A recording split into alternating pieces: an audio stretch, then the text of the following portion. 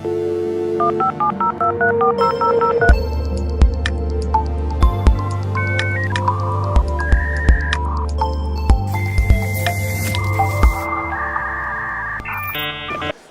and welcome to ITWeb TV at Security Summit.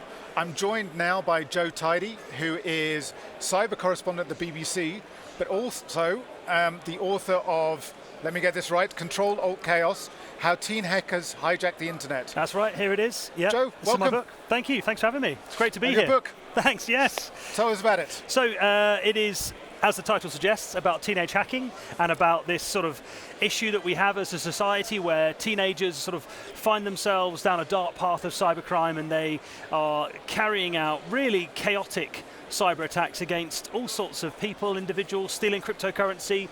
And I follow this one particular person called Julius Kivimaki, who was one of the most wanted cyber criminals in the world. And he went from being a sort of gaming-obsessed 12, 13-year-old into being an online delinquent and sort of like a nuisance, into serious cybercrime, and then into really, really dark and disturbing cybercrime.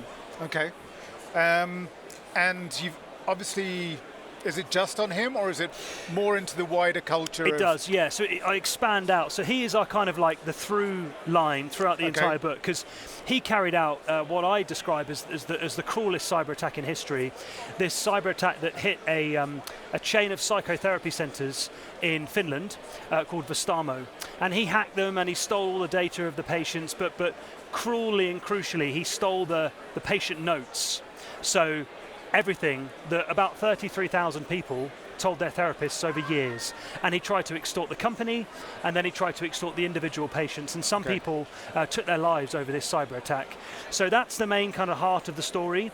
But then using him as a kind of guide, in a sense, we talk about this larger theme of teenage cybercrime, and then we talk about where we are right now in the last couple of years, as we've seen these groups come back and they sort of die away for a bit, and then they come back and they carry out these big attacks. That's the kind of that's the ethos of the book. Okay. And teenage hackers, I mean, we've chatted before, I think pre the event. Is it like a growing, I mean, obviously they're teenagers, do they then go on to become cyber criminals, or is it something that's just like a teenage fad and they kind of, like, I was going to say TikTok, but TikTok I think is probably sticking around for a lot longer. Absolutely, and it's not illegal. Yeah, I think what we see is there is a sort of growing population of teenagers online, which is known as the community or the com, who are interested in the nasty side of the internet. So sexual harassment, sextortion, fraud, stealing cryptocurrency. And of those potentially thousands of people in communities on Discord and Telegram and hacking forums, a certain subset of those kids will go on to carry out serious cybercrime with a kind of the profit being the profit and getting Bitcoin being the main driver. But they also want chaos. And I think once you get down a certain route, let's say you started off as sort of 15-year-old, now you're sort of 17, 18, carrying out cyber attacks, getting rich off them, becoming well known in the community. I think at that point, without police intervention, it is hard to stop. I think there is a proportion of people that either fall off and sort of like get aged out naturally because they're not as good, or they don't care as much. They discover girls, for example, and alcohol. But then there are certain people that carry on to more serious stuff, and it's those people, the kind of centers of gravity is what the term that's being used for them. Without serious police intervention, they won't stop. There is a sort of addiction element to this as well. Okay, sure. Which I see in the book. You know, some of the people I've spoken to, they admit to being addicted not only to the process of breaking into companies, stealing data, but the kind of the power and the thrill that you get out of that as well. So do you look more at the kind of the culture, or is it? And are you seeing that they're those kind of script kiddies, like they're ransomware for hire or ransomware as a service, or are they becoming more capable? I mean, you've studied this based on my research for a decade. Yeah. Have you found that they've become more competent, like that base level's become more able to put together different, like cyber extortion, social engineering, all those different skills? Are they becoming more competent in that sense, or are they still like basic ransomware for hire? And I think they can still be described as script kiddies by definition of, they're not writing their own malware, and they're using tools that they're getting off the shelf, and they're becoming affiliates of ransomware groups. And of course, if you're an affiliate, that means you don't actually have to have the skills. You just have to hack into somewhere using perhaps social engineering, calling someone up or sending a good email, and then you hire effectively the malware, the ransomware, and you use the ransomware group's extortion portal, that kind of thing, and you take 70% of the ransom, they take 30%. So I think the ease with which you can get into cybercrime now, it's just so easy compared to 10 years ago. I think the tools are there, the ecosystem's there. But I think the thing to bear in mind about these groups, there's a researcher called Alison Nixon, who I talk about in the book and I interview quite a lot. She calls them NPTs, noob persistent threats, which means they're newbies, they're learning on the job. It's of course a play on words in a sense, because everyone knows what APTs are, advanced persistent threats. But Alison argues, and this is the thing that we found, is that they might be new and newbies, they don't have advanced skills, but they are persistent and they are a threat. Yeah. And tell me, how much it's the topic that we've been talking about continually at the conference last year, probably the year before, AI. Yeah. How is that changing the game for teen hackers? At the moment, I would say it's not having a massive impact. Okay. I think the reason being that these hackers are relying more on social engineering than they are on 0 days or whatever.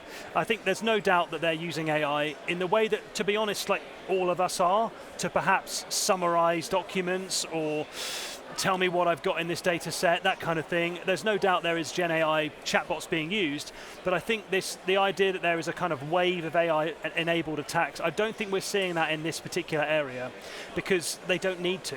And I think this can be applied really across cybersecurity in general, is you don't need to. When you can get in with such basic things as social engineering and identity theft, you don't need to use AI. And that is something that I think we need to sort of like take a step back and acknowledge when we have all this discussion about AI. And then when you were talking before, I was kind of thinking, obviously you're from the UK. Is this a UK phenomenon? I mean, the guy you mentioned, I think, is from Finnish. Yep. Is this a UK phenomenon? I mean, we know teenage hackers isn't really, but like the focus that you found, does the culture stay the same across the globe, or are there kind of slightly different variants in Russia or I don't know, Far East? I think the most persistent threat that we see is from the English-speaking cluster of teenage cybercriminals.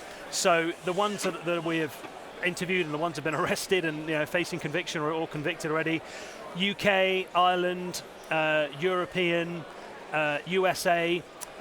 It's basically anywhere where there is an internet connection and an ability to come together.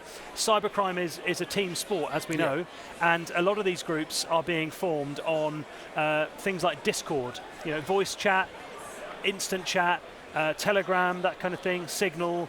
So it doesn't really matter where you are, as long as you're proficient enough in English and you can bring something to the table.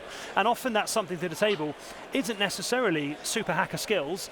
Julius Kivimaki is not really described as being a super skilled hacker, but what he is he's an anarchist and he doesn't care.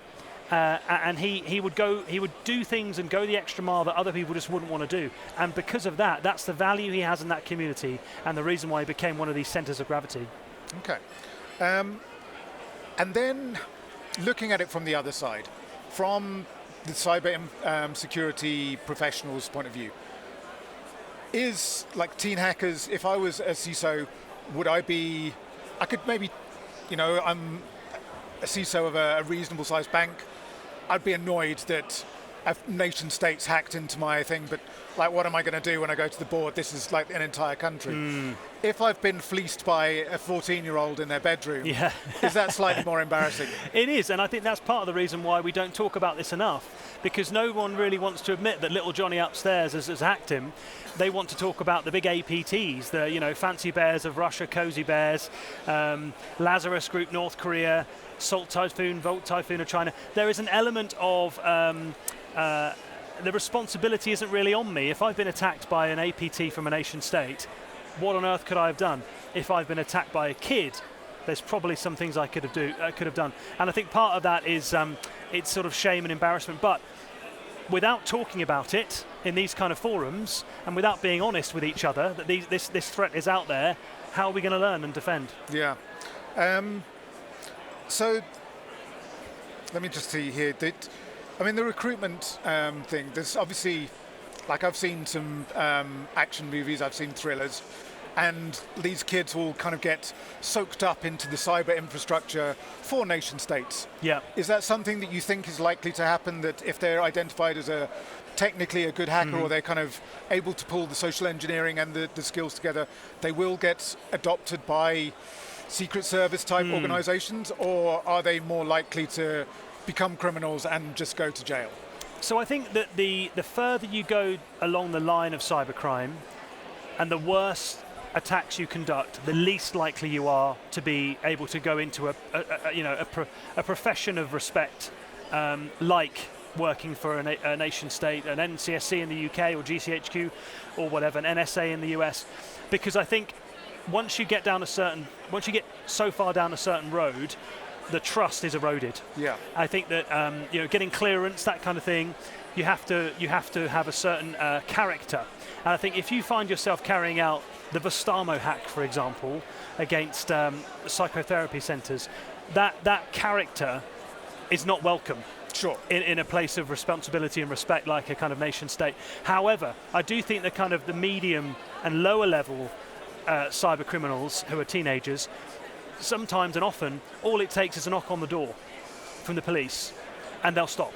Yeah. And they'll realise, oof, okay, what I've done is wrong. I just didn't know I was doing it wrong, or I got carried away. And those type of individuals can, and I know are, being recruited. Okay.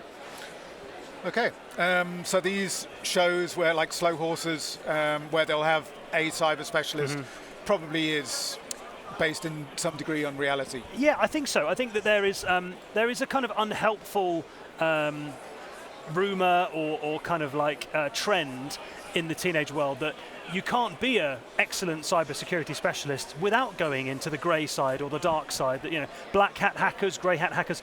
I think that's unhelpful because, of course, there are many, many examples, in fact, more examples, of good-natured, very, very successful hackers who are able to do really good things without ever going bad. But there are some that have gone bad that can then go good and have successful careers. And I think there is an element of truth in that for sure. But I think it's a kind of like a myth that I wouldn't want to perpetuate too much. So, I mean, we talked about the knock on the door. And that kind of assumes that as a 14-year-old, you have agency, you have authority. But at some point, maybe we don't like it in woke culture or whatever we want to talk about, but like, are parents involved? Like, how have these kids strayed so far from what maybe kids who like see what is ethically right, gone down this kind of avenue? Like you say, maybe there's an addiction element that they try it once, but yeah, I mean, where's the kind of the ethical controls, the parental guidance? Yeah, what I think you've seen from your research. I think it's one of the things that I hear a lot is like, what are the parents doing while the kids are in their rooms causing such mayhem and destruction and chaos around the world? Are the parents responsible for their sons? And it is normally always sons, of course. And I think I used to be of that mind. I've got 3 kids myself, and because of my book and my research and my job, I'm very conscious of the dark sides of the internet, and I will work very hard to keep them on the straight and narrow. But then again, what I've realised, and what we all really know, is that technology is generational. We can try and keep up, but we will get left behind. I don't know if you've ever gone onto a Discord channel where there's 200 teenagers. It's just complete, I can't keep up. It's a constant stream of chat. They're using memes and in-jokes. I know what's going on, no idea. So how on earth could you expect a parent to keep up with that? And there's also the case of I've got to be careful with the names here because there's ongoing court cases, but I was in court a few months ago and there was a teenager in the dock and he was accused of a very serious crime. It was a TfL, Transport for London hack in the UK. And I looked behind the press bank, there's all the journalists here scribbling away, tapping away, and there was a woman there who looked absolutely distraught. And I recognised her from 3 years ago when she was in court for her son, who's now back in the dock. And I remember very clearly the relief on her face when he was given a suspended sentence as a teenager. I remember thinking, whoa, that is, you can see the mother there who's just so overjoyed that her son has been given a second chance. And then there we are, 3 years later, and he's blown it, and he's back in court.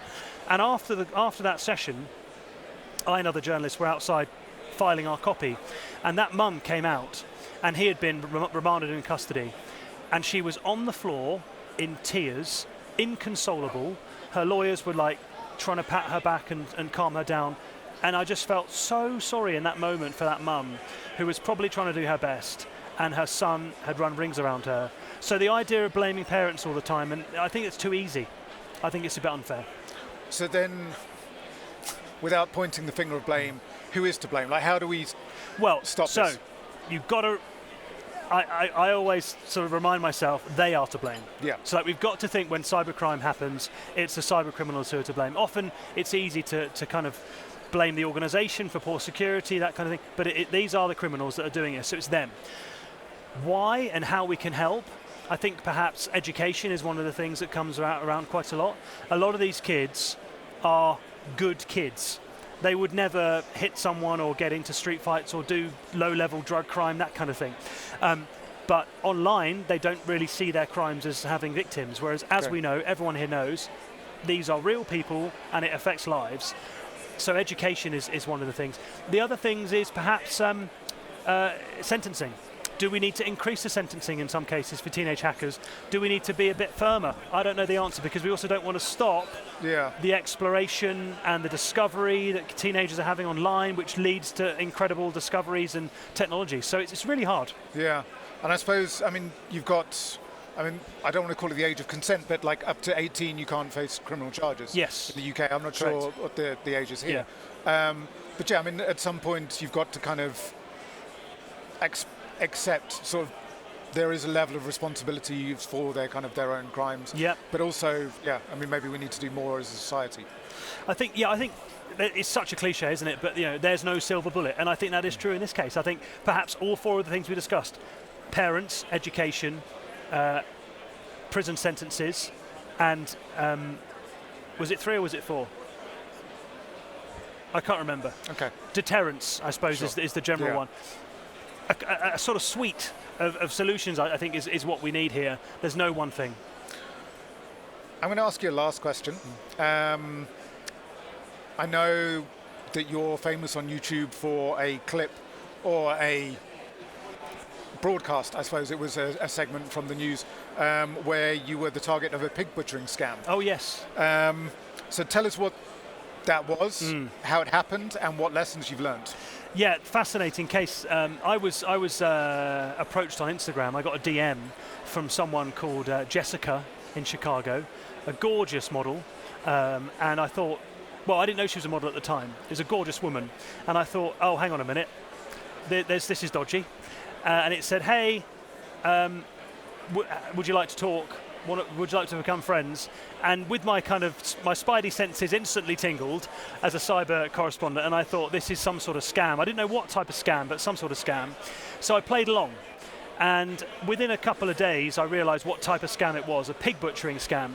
It's a controversial term. We're trying to move away from it now because it sort of like makes the victims feel awful. But the idea of a pig butchering scam is that you fatten the pig. I'm the pig, I'm the victim, by buttering them up with a romantic relationship, and then eventually you talk about cryptocurrency and how you're getting rich with this crypto scheme, and maybe I should do it as well. And then you slaughter the pig, butcher the pig, by running away with the money, essentially. So I knew what I was getting into, and I worked with the BBC, and they said, okay, carry on. And I did this fantastic experiment for me, to learn how it all works. I think I sent them $200 in Bitcoin or something, and then they asked for more and more and more, and then when I wouldn't give any more, they just sort of ignored me. And then they eventually confessed. When I said I'm a journalist and I know exactly what this is all about, they confessed to being part of a pig butchering scheme. And it's a massive problem. They're called the kind of broader term is romance scams. Yeah. And it's a multi-billion-dollar industry now. And it was very interesting for me to be on the inside of that. And do you have a sense of where they were from? They said they were from Myanmar, I think. Okay. But no, they wouldn't say where they're from. I said, "Are you from Myanmar?" And they sort of didn't say no. Interestingly, when I said, "Would you talk to me for my article?" they said, "Well, if you pay me, then yes, but otherwise I'm going to get beaten tonight and I'm going to get in trouble with my bosses." Because we know that there is an element here of what's it called? People smuggling and, sure. and entrapment, where they are forced to carry out these scams. And that was interesting to me, that even at that point they were trying to extract money from me. I didn't believe that that was the case actually in this instance, and perhaps that is the kind of another whole tactic that they use off the back of the reporting around them being, in some way imprisoned. But I'll never know. I'll never know who they were. So we have and this isn't really good interview practice, we have a magazine called Brainstorm, which focuses on the technology industry in a broader sense and how it kind of intersects with society. And one of our stories was with Capitec, which is it was a challenger bank, and it's probably now, there were a big four, it's probably as big, if not bigger, than the other four. And some of their analytics picked up like a number of payments, not locally, but in Myanmar. It was kind of aimed at that kind of budget end of the market. So there was like why is so much activity happening out there? And I think, I'll see if we can get you a copy, because it was a very interesting story. I'd like to see that. Of how someone went for a job, was told that their job was in, I'm going to say Thailand, because my geography has suddenly gone very skew. Cambodia's another one. Cambodia, probably. Yeah, that was another And then one. suddenly they were like, okay, cool, we'll take you in the bus. And then suddenly they put across the border, and they were trafficked into this. Passports taken off them. Yeah. Thankfully, they've managed to escape. Oh, good. And I think it's a fascinating story. Yeah. But I mean, it'll maybe kind of reaffirm what you already knew. Yeah. But I think that's very interesting. Joe, thank you so much for your time. Thanks, Adrian. That's been great. That's been Joe Tidy, who is cyber correspondent for the BBC, but also author of Control Alt Delete: How Teen Hackers Hijacked the Internet. The book is available now, I believe, on shops. Control Alt Chaos, actually. Control Alt Chaos, sorry. Everyone says Control Alt Delete because that's the phrase we all know. Instinctive. Joe, thank you. Thank you.